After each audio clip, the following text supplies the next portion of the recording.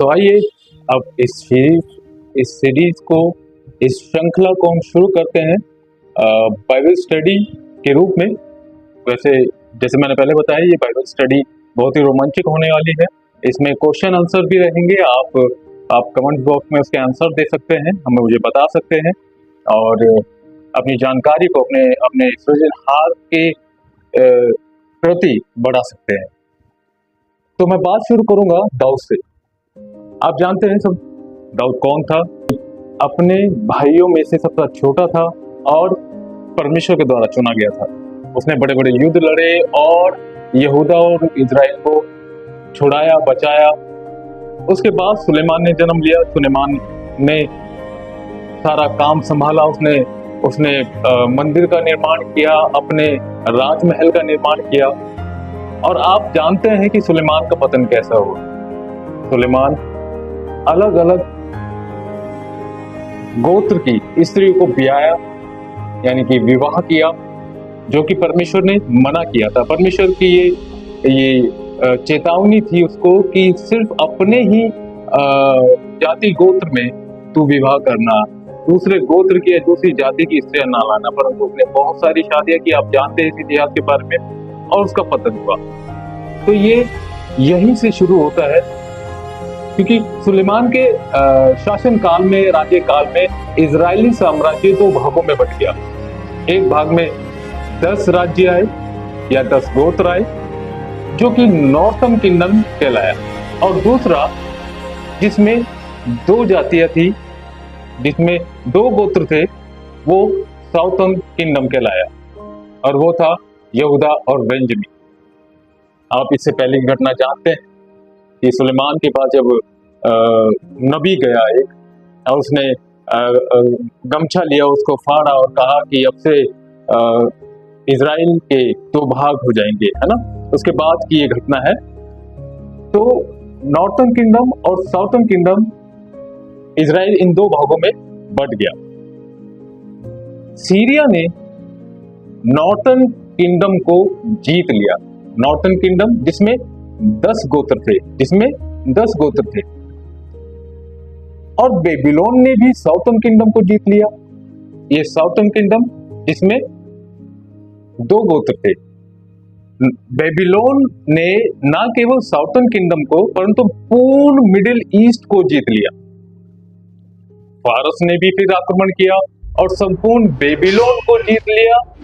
साथ में ना केवल बेबीलोन को, परंतु साथ में उसने साउथर्न किंगडम को, यानी कि जिसमें 2 जातियां थी, वंश थे, है ना, दाऊद से जो चले आ रहे थे ना, जो 12 गोत्र थे, 12 गोत्र आते हैं, 2 गोत्र साउथर्न किंगडम में थे, और बेबीलोन के साथ फारस ने उन्हें भी जीत लिया और संपूर्ण मिडिल ईस्ट को भी जीत लिया। आप अनुमान लगाए कि जब सुलेमान के शासनकाल के बाद जब ये पतन शुरू हुआ, तो कैसे एक के बाद इजराइलियों पर मुसीबतें पड़ती चली गई। और कभी तो उसे सीरिया जीत रहा है, तो कभी उसे बेबीलोन जीत रहा है, तो कभी उसे फारस जीत रहा है। तो इजरायली लोग बिल्कुल हताश हो गए थे। परमेश्वर ने फारस के राजा खुसरू को दर्शन दिया, आप लोग जानते हैं, और उसमें राजा खुसरू का ये स्टेटमेंट था कि जो यहूदी अपने देश जाना चाहते हैं वो जा सकते हैं। ये एक बहुत बड़ी खुशी थी यहूदियों में, परंतु फिर भी सभी यहूदियों ने इसको नहीं माना। कुछ भाग यहूदियों का फारस में ही रुक गया और कुछ लोग अपने देश की ओर लौट चले। फारस के राज्यकाल से ही अंधेर के 400 साल का समय शुरू हो गया। तो इस 400 वर्ष में, या 400 वर्ष के समय दौरान, सिकंदर महान ने ग्रीस, मकेदोनिया से आकर पूरे मिडिल ईस्ट को, और ना केवल पूरे मिडिल ईस्ट को, परंतु फारस को भी जीत लिया। आप सोचिए कितना बड़ा संकट इजरायलियों पर आया। पहले राज्य के दो भाग हुए, उसके बाद बेबीलोन ने पूरे देश को जीत लिया, राजा खुसरू ने जीत लिया, फारस ने जीत लिया। फिर इन सब के साथ, फारस के साथ, मिडिल ईस्ट के साथ, ग्रीस मकदूनिया से आए सिकंदर महान ने इन सबको जीत लिया। आप इस बात का अनुमान लगाएं कि एक लाखों की संख्या में लोग हैं और बार बार अलग अलग राज्य, अलग अलग देश आकर उन पर चढ़ाई कर रहे हैं। उनकी क्या मनोदशा होगी, वो कैसे बिलक रहे होंगे कि शायद परमेश्वर ने उन्हें छोड़ दिया। ग्रीस परंपरा बहुत तेजी से फैल रही थी। राजनीतिक, सामाजिक और सभी कामों में इसी की भाषा का प्रयोग होता था। किस भाषा का? ग्रीस भाषा का, या जिसे हम यूनानी कहते हैं।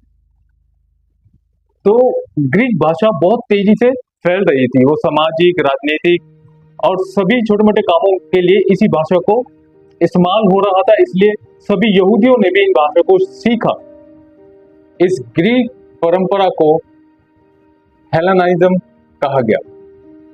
हेलेनिज्म ये एक दौर था जिसमें बहुत सारे यहूदी कन्वर्ट होकर वो जेंटाइल होते जा रहे थे, यानी कि अन्य जातियों में मिल रहे थे, यूनानियों में मिल रहे थे। क्या इस भाषा के बारे में जाना गया। नए नियम में भी कुछ नए नियम के भाग ऐसे हैं जो ग्रीक भाषा में या यूनानी भाषा में लिखे गए हैं, और साथ साथ आरामी भाषा भी बोली जाने लगी। यदि आप बाइबल के इतिहास को जानेंगे या अलग अलग बुकों के द्वारा आप इस इतिहास को जानने की कोशिश करेंगे तो आप जानेंगे कि न केवल पुराने नियम में परंतु नए नियम में भी आरामी भाषा बोली जाती थी। और बाइबल का एक बड़ा भाग जो कि नए नियम का है वो आरामी भाषा में भी है और यूनानी भाषा में भी है। सिकंदर महान का जन्म मकदूनिया के पेला में हुआ। ये 326 बीसी का समय था और उनकी रानी का नाम रोक्साना था। यदि हमें बाइबल का पूर्ण इतिहास जानना है तो हमें आसपास की घटनाओं को जानना बहुत जरूरी है, तभी हम सही जानकारी दे पाएंगे और ग्रहण कर पाएंगे और लोगों को समझा पाएंगे। इसलिए सिकंदर महान का भी एक बड़ा रोल रहा है, परंतु वो बाइबल में दर्ज नहीं है। उनकी मृत्यु जून 323 से 324 में बेबीलोन में ही हुई। रोम के स्थानीय लोग लैटिन भाषा का प्रयोग करते थे, परंतु यूनानी भाषा का चलन अत्यधिक होने के कारण प्रेरित पौलुस ने रोम की पुस्तक को यूनानी भाषा में लिखा। देखा, अभी मैंने कुछ देर पहले आपसे कहा था कि नए नियम का भी बहुत बड़ा हिस्सा आरामी और यूनानी भाषा में भी लिखा गया है, यानी कि प्रेरित पौलुस ने रोमन की पुस्तक को यूनानी भाषा में लिखा था। सिकंदर महान ने लगभग 77 देशों को जीत लिया। सिकंदर महान 33 वर्ष तक जीवित रहे। उसके बाद उनके जनरल, जिनका नाम दियादोची था, उन्होंने सारे साम्राज्य को संभाला और सारे काम को संभाला। महान की मृत्यु 33 वर्ष के दौरान ही हो गई थी और वो बेबीलोन में हुई थी।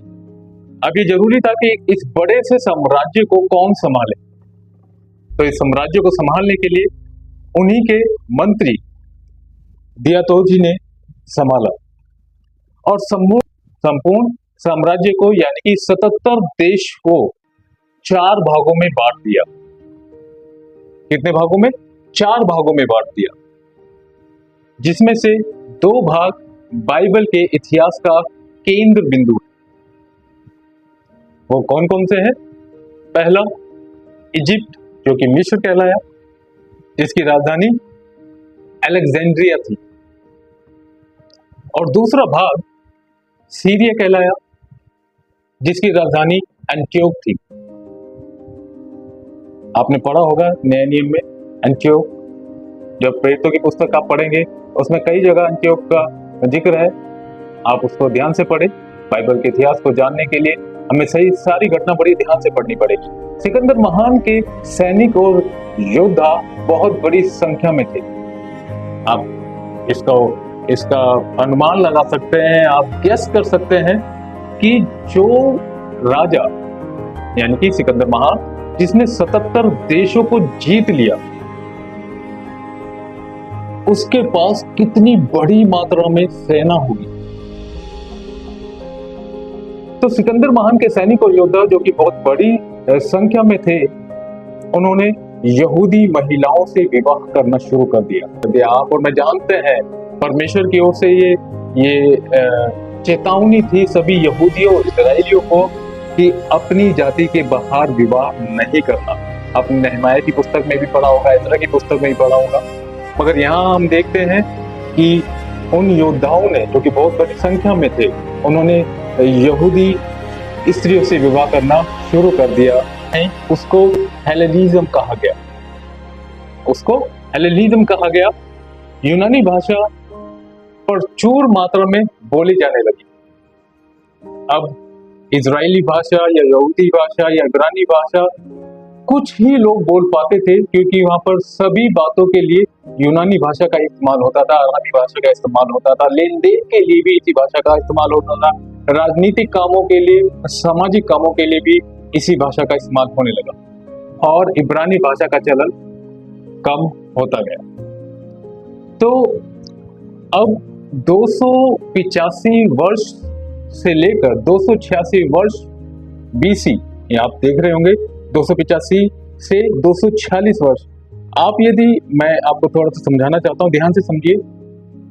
एडी और बीसी लिखा जाता है। आप यदि समय सारणी में देखेंगे ना, जब पुराने नियम की घटनाओं को आप देखेंगे या इतिहास में पढ़ेंगे, तो घटनाओं के साल लिखे जाते हैं 346 बीसी, और नए नियम के बाद जब लिखा गया तो 320 एडी, है ना। ये बिफोर क्राइस्ट और एने डोमिने इसकी फुल फॉर्म है। और जब हम बीसी बोलते हैं तो वो घटते क्रम में होता है। यदि किसी का जन्म 326 में हुआ है तो उसकी उम्र जब बढ़ेगी तो वो घटते क्रम में बढ़ेगी, क्योंकि उसको 0 तक आना है मसीह के सेंटर पॉइंट तक। तो यदि किसी का जन्म 326 में हुआ है तो वो मरेगा 310 में, है ना। ऐसे गिना जाता है, तो इस बात को ध्यान रखें। 285 से 246 बीसी में यहूदियों के पंडितों ने, जो कि जूश स्कॉलर कहलाते हैं, जो कि 72 लोग थे, इन्होंने पुराने नियम को, जो कि इब्रानी भाषा में था, उसे यूनानी भाषा में अनुवाद किया। आप समझ पा रहे हैं यूनानी भाषा में अनुवाद करने का मेन कारण क्या था? वो ये था क्योंकि जितनी भी संख्या वहां पाई जाती थी, अब कोई यूनानी बोलने वाला नहीं था। इब्रानी भाषा में क्षमा चाहते हैं, इब्रानी भाषा में वार्तालाप नहीं हो पाती थी, इसलिए यूनानी भाषा की मांग होने लगी, और इन स्कॉलर्स को, जूस स्कॉलर्स को, यहूदी भाषा से यूनानी भाषा में पुराने नियम को ट्रांसलेट करना पड़ा। और इस काम का समापन किया गया मिस्र में। तो आप इसको नोट डाउन कर सकते हैं कि जब बाइबल इब्रानी भाषा से यूनानी भाषा में अनुवाद किया गया, तो इसका काम मिस्र में शुरू हुआ और मिस्र में ही खत्म हुआ। यानी कि मिस्र में ही पहली बार इब्रानी भाषा यूनानी भाषा में कन्वर्ट हुई। ग्रीस यानी कि यूनानी लोग बहुत तेजी से संपूर्ण विश्व पर कब्जा कर रहे थे। फलस्तीन को जीतने के बाद भी उस पर पूर्ण अधिकार नहीं मिला। यूनानी लोग यहूदी महिलाओं से शादी करने लगे, परंतु फिर भी वो एक बात यूनान को यानी कि ग्रीस को संपूर्ण सफलता जब मिली, जब उन्होंने मिस्र यानी कि इजिप्ट पर पूर्ण अधिकार कर लिया। एंटियोक III के राज्यकाल में यहूदी लोगों में 2 गुट बने। एंटिपास हिंदी में जिसे हम बोलते हैं, एंटियोक III के राज्य में यहूदियों को 2 भागों में बांट दिया गया। पहले भाग को आनियस कहा गया, जिसे प्रो इजिप्शियन कहते हैं। पहले भाग को ऑनियस कहा गया, जिसे प्रो इजिप्शियन भी कहा जाता है, और दूसरे भाग को तोबियास कहा गया, जिसे प्रो सीरियन कहा जाता है। आप समझ पा रहे हैं? जब यूनानी लोगों ने पूर्ण बहुमत पा लिया, सीरिया को भी जीत लिया, मिस्र को भी जीत लिया, फलस्तीन को भी जीत लिया, तो उन्होंने यहूदियों को दो भागों में बांट दिया। एंटियोक फोर्थ के राज्यकाल में यहूदी महायाजक को हटाकर उनके स्थान पर ओनियास थर्ड और उसके भाई जेसन को, जो कि हेनेलिज्म था, यानी ये दोनों भाई यूनानी और यहूदी की संतान थी। आप समझ पा रहे हैं, न केवल इन्होंने यहूदियों को दो भागों में बांटा, परंतु परमेश्वर के भवन यरूशलेम में याजक पद के लिए भी उसने महायाजक को हटाकर वहां पर हेलेनिज्म यानी कि यहूदी और यूनानी जिन्होंने शादी की, उनसे जो बच्चे पैदा हुए उनको महायाजक करके स्थापित किया। ये बड़ी शर्म की बात थी यहूदियों के लिए, मगर वो कुछ नहीं कर सकते थे क्योंकि वो गुलाम हो चुके थे। उन्होंने संपूर्ण यरूशलेम को यूनानी कलाकृति से भर दिया। यहूदी पोशाकें बदलने लगी। यहूदी लोग यूनान चलन को ग्रहण करने लगे। अब समय बदल रहा था। यहूदियों को लगता था कि जिस प्रथा के अनुसार वो चल रहे हैं वो व्यर्थ है। उन्होंने एक बड़े बदलाव को अपनाना शुरू कर दिया। उन्होंने यूनानी कलाकृति को अपनाना शुरू कर दिया। उन्होंने यूनानी पहनावे को ग्रहण कर लिया। उन्होंने यूनानी सभ्यता को ग्रहण कर लिया और वो यहूदी समाज को भूलने लगे। आप जानते हैं, यूनानी नग्न कलाकृति को यहूदी अपनाने लगे, नग्न मूर्तियों को पूजने लगे। यहूदी लोग यूनानियों के समारोह में आने जाने लगे। अब ये आत्मिकता से इतनी दूर हो गए थे, इन्हें प्रार्थना करना, सिनेगोग में जाना, आराधनालय में जाना, प्रभु के वचन से सीखना, ये सब व्यर्थ लगने लगा और ये यूनानियों की नग्न कलाकृतियों से आनंदित और रोमांचक होने लगे। और उन्होंने इनकी मूर्तियों को न केवल अपनाया, परंतु इस नग्न मूर्तियों को भवन में भी स्थापित किया और उसे पूजने लगे। वो लोग जो यूनानी और यहूदियों के द्वारा आए, जिन्हें हेलेनिज्म कहा गया, ये लोग खतना की प्रथा को नकारने लगे। इन्होंने अपने यहूदी नाम को यूनानी नाम में बदलने लगे। अब ये यहूदी लोगों को जो इनको नाम दिया गया था, ये भी इससे भी इनको परेशानी होने लगी और इन्होंने अपने नामों को बदलकर यूनानी नाम अपनाना शुरू किए। आप यदि नए नियम में देखेंगे तो बहुत सारे नाम ऐसे हैं जो आपके उच्चारण में भी नहीं आते, है ना। त्रोआस और अलग अलग मकेदोनिया, और ये जगह का नाम है एक्चुअली, और थुआतीरा, मतलब ऐसे ऐसे नाम जो यहूदी समाज में नहीं बोले गए कभी, या इब्रानी भाषा में नहीं बोले गए। आप नए नियम को जब पढ़ेंगे तो आप जानेंगे बहुत से ऐसे नाम हैं जिन्हें हम कभी सुना ही नहीं। हमने जब पुराना नियम पढ़ते तो हमने कभी ऐसे नाम सुने ही नहीं, परंतु नए नियम में हम ऐसे नाम को बहुत सुनते हैं। उसका मेन और मुख्य कारण ये था कि यहूदियों ने अपने नाम बदलकर यूनानी नाम ग्रहण किए। यहूदी लोगों ने पूर्ण रूप से यूनानी प्रथा स्वीकार कर ली और मूर्ति पूजा भी करने लगे। ये एक बड़ा पतन था यहूदियों के लिए। परमेश्वर भले किसी से बात नहीं कर रहे थे, परंतु परमेश्वर उनके मध्य थे, मगर वो परमेश्वर को देख नहीं पा रहे थे।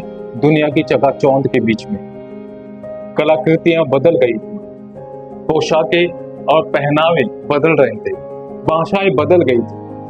उनको लग रहा था कि शायद यहूदी समाज हमेशा के लिए खत्म हो जाए और ये यहूदी लोग यूनानियों के साथ मिलने लगे।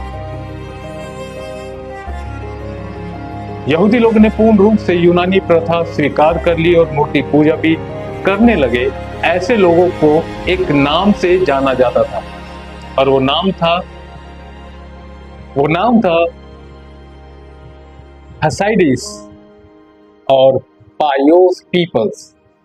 ये वो लोग थे जिन्होंने पूर्ण रूप से यहूदी प्रथा को छोड़ दिया था और यूनानी प्रथा को पूर्ण रूप से अपना लिया था। और इन लोगों को एक विशेष नाम दिया गया जिसे सिडियास और पायोस पीपल। जब एंटिपास थर्ड और एंटियास फोर्थ और जेसन जो कि एक हेरोदियास थे, मैंने बताया जो लोग यहूदी और यूनानी से मिलकर उत्पन्न हुए, उन्हें एक विशेष नाम दिया गया हेरोदियास या फिर पायोस पीपल। इन्होंने महायाजक और याजक पद को ग्रहण कर लिया, जो कि शर्म की बात थी और एक कलंक था यहूदी समाज पर, क्योंकि यहूदी महायाजकों को हटाया जा रहा था, यहूदी याजकों को हटाया जा रहा था और उनकी जगह इस मिश्रण जाति को अपॉइंट किया जा रहा था, रखा जा रहा था।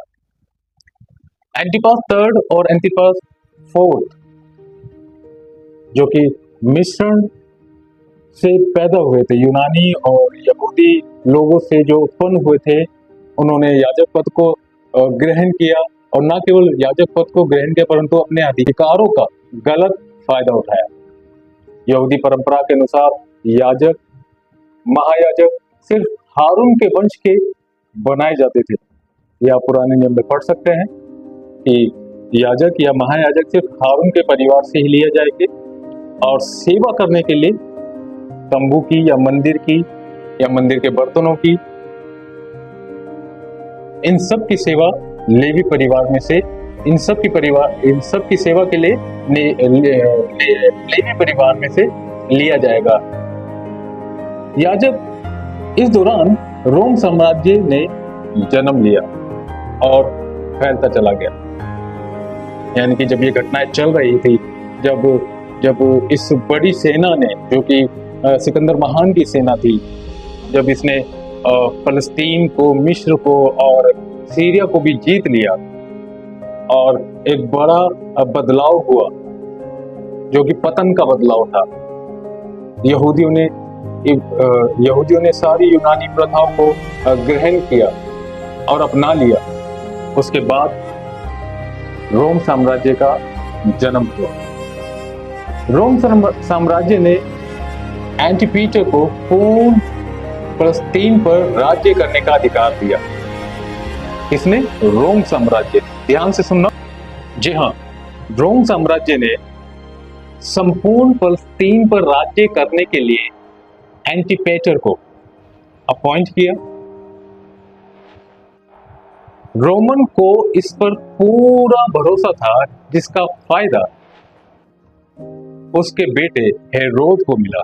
अब समझ में आ रहा है हेरोद कौन था? हेरोदियास, हेरोद। क्योंकि जब हम नया नियम पढ़ते हैं तो यीशु के जन्म के दौरान हेरोदियास जो है वो राजा था ना, वो महायाजक था, वो याजक था, राजा था, वो सारी गतिविधियों को देखता था। परंतु इससे पहले इसके पिता को उस यरूशलेम के मंदिर पर महायाजक करके अपॉइंट किया गया और पूरे रोम साम्राज्य पर उसे अधिकारी ठहराया। तो आप इसको नोट कर सकते हैं। हेरोद के पिता एंटिपेटर को सबसे पहले रोम साम्राज्य के लिए अपॉइंट किया गया कि वो उसकी गतिविधि को संभाले। हेरोद के शासनकाल के दौरान हेरोद ने भी रोमन को पूर्ण बहुमत पा लिया। इसी कारण इसे पूर्ण सैनिक और राजकीय अधिकार मिले। हेरोद ने सैनिक शक्ति, चालाकी और अपने वंश की सहायता से फलस्तीन पर पूर्ण राज्य शासन बना लिया। एसाव, एदोमाइट, एदोमेनीस, एंटिपेटर, द फादर ऑफ हेरोड। आप इसको नोट कर सकते हैं कि जब यीशु के जन्म के दौरान जो यरूशलेम के मंदिर पर अधिकारी था, जो पूर्ण रोमन साम्राज्य पर अधिकारी था, उसकी वंशावली है हेरोद, जिसे हेरोदियास कहा जाता है। उसके फादर एंटिपेटर, उसके फादर एदोमियान्स और उसके फादर एदोमाइट और उसके फादर एसाव, ये जनरेशन है। तो आप समझ सकते हैं कि कैसे जो लोग पुराने नियम में थे ही नहीं, वो लोग अब नए नियम में हैं और उनके नाम यहूदी नाम नहीं है परंतु यूनानी नाम है। तो एसाव से एदोमाइट, एदोमियान, एंटिपेटर, फिर उसके बाद हेरोदेस। हेरोद एक क्रूर और चालाक शासक था। इसने रोम के राज्य नेताओं को खुश करने के लिए में कर की मात्रा को बढ़ा दिया और सैनिक शक्ति को भी बढ़ा दिया। अकाल और महामारी के समय में ये लोगों को अन्न और दान और वस्त्र भी बांटता था। जब अकाल पड़ा तो उस समय में ये लोगों को अन्न दान करता था, लोगों में चैरिटी करता था, जिसके कारण इसे रोम से पूर्ण मत मिला। बड़ी बड़ी इमारतों को फिर से सुंदर बनाने का इसे प्रोजेक्ट मिला और इसी कारण यरूशलेम के मंदिर का भी पुनः निर्माण हुआ। ये इस कारण नहीं हुआ कि परमेश्वर ने इसको दर्शन दिया या परमेश्वर ने इसको बोला, परंतु ये अपनी वाह के कारण, हमने जैसे अभी जाना कि इसने कैसे लोगों पर कर की मात्रा को बढ़ाया और अपनी सैनिक शक्ति को बढ़ाया, और जब अकाल का समय आया तो इसने लोगों को अन्न और बहुत सी चीजें इन्होंने दान की और इसने अपना पूर्ण बहुमत रोम साम्राज्य में बना लिया। उसके बाद इसने यूनानी कलाकृति के द्वारा इन्होंने बड़ी बड़ी इमारतों का निर्माण किया और साथ साथ यरूशलेम का भी इन्होंने निर्माण किया। किसने किया? हेरोदेस ने। यरूशलेम के मंदिर की पूर्ण सजावट इसका विश्वास नहीं दर्शाता। यानी कि जब हम सोचते हैं या फिर हम पढ़ते हैं कि अरे हेरोद तो बहुत अच्छा इंसान था, इसने तो यरूशलेम का मंदिर ही बनाया, परंतु इसके पीछे की कहानी ये नहीं है। परंतु ये रोम साम्राज्य को खुश करना चाहता था। हेरोद को एक गंभीर बीमारी होते उसकी मौत हो गई। आप इस घटना को जानते हैं। जब नए नियम में हेरोद के पास कुछ लोग आए और हेरोद को बोलने लगे, तू तो महान है, तू तो जातियों में महान है, और उसने वो महिमा परमेश्वर को ना देकर खुद को वो प्रेज करने लगा। तो वचन बताता है, आपने पढ़ा है नए नियम में कहीं लिखा है, आई थिंक पहले 4 पुस्तकों में कहीं लिखा है, मैंने पढ़ा है इसके बारे में। तो हेरोद एक गंभीर बीमारी से पीड़ित था। इसके पीड़ित होने के दौरान ही इसकी मौत हो गई, परंतु यहूदी कोई भी शोक प्रकट नहीं किया। हेरोद की मृत्यु के साथ साथ उसके अधिकार भी खत्म हो गए। हेरोद के 3 बेटे थे, आपने इसको बाइबल में पढ़ा होगा। अरखलाउस, आप पढ़ेंगे शायद मरकुस की पुस्तक में है इसके नाम का जिक्र, और मत्ती की पुस्तक में भी है। अरखलाउस पहला बेटा था, दूसरा बेटा हेरोद फिलिप और तीसरा बेटा हेरोद अंतिपास। हेरोद के 2 पोते भी थे। पहला हेरोद अग्रिप्पा, आपने पढ़ा होगा, इसका भी जिक्र है बाइबल में, और दूसरा हेरोद अग्रिप्पा 2। इन सभी का जिक्र सुसमाचार की पत्रियों में है और प्रेरितों की पुस्तक में भी पढ़ा है। जिन बातों का अधिकार सिर्फ यहूदी समाज को था, मंदिर में पूजा करने का अधिकार, लोगों को वचन सुनाने का अधिकार, जो याजकों को था वो अब हेलेनिज्म को मिल गया, यानी कि मिश्रित जाति को मिला। जो यूनानी और यहूदी से जो पैदा हुए उनको मिला। ये एक घिनौनी बात है, परंतु इन बातों का लोगों ने गंभीरता से नहीं सोचा। ये जरूरी है कि हम इस 400 वर्ष के पूर्ण इतिहास को जानें, ताकि हम जान सके कि ये लोग जिनके नाम हमें अनसुने से लगते हैं, लोग कहां से आए, ये कैसे यहूदी समाज में इतने प्रचलित हो गए, कैसे यहूदी समाज ने इतना बड़ा बदलाव ग्रहण किया, यूनानी कलाकृतियों को लिया और नग्न मूर्तियों को अपना लिया और मंदिर में भी सजा के उसकी पूजा करने लगे। ये हमने सारी बातें जानी है आज, और हम आगे भी जानेंगे कि कैसे कैसे फसह या फिर उपवास की बातों को कैसे बढ़ावा दिया गया, कैसे ये लोग अलग अलग प्रकार की घटनाओं में शामिल होने लगे और परमेश्वर को पूर्णतः भूल गए। ये इस श्रृंखला का पहला भाग है। इस श्रृंखला के दूसरे भाग जल्द ही दिया जाएगा। यदि आप समझ पा रहे हैं, मेरे शब्दों में थोड़ा ऊपर नीचे हो सकता है, परंतु मैं आशा करता हूं कि आप समझ पा रहे होंगे जो मैं बोल रहा हूं, और मैं कोशिश करूंगा कि और भी सरल शब्दों में इस बड़े इतिहास को मैं आपको समझा सकूं। तो सबको जय मसीह की। अगली श्रृंखला में मिलते हैं। जय मसीह।